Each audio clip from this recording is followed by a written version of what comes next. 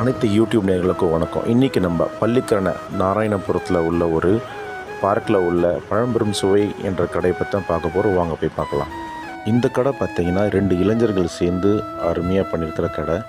அந்த டிஸ்பிளேலேயே உங்களுக்கு எல்லாத்தையும் வச்சுருப்பாங்க. நீங்கள் அதை பார்த்து ஆர்டர் பண்ணிக்கலாம். அதிலே நீங்கள் தெளிவாக உங்களுக்கு போட்டிருப்பாங்க. இதில் பார்த்திங்கன்னா கொழுக்கட்டை வச்சுருக்காங்க. அதில் இனிப்பு கொழுக்கட்டை, கார கொழுக்கட்டை ரெண்டுமே இருக்குது. வேர்க்கடலை இருக்குது, அருமையாக வச்சுருக்காங்க, சுவையாகவும் இருக்குது. இது பால் கொழுக்கட்டை, இதுவும் அருமையாக பண்ணியிருக்காங்க.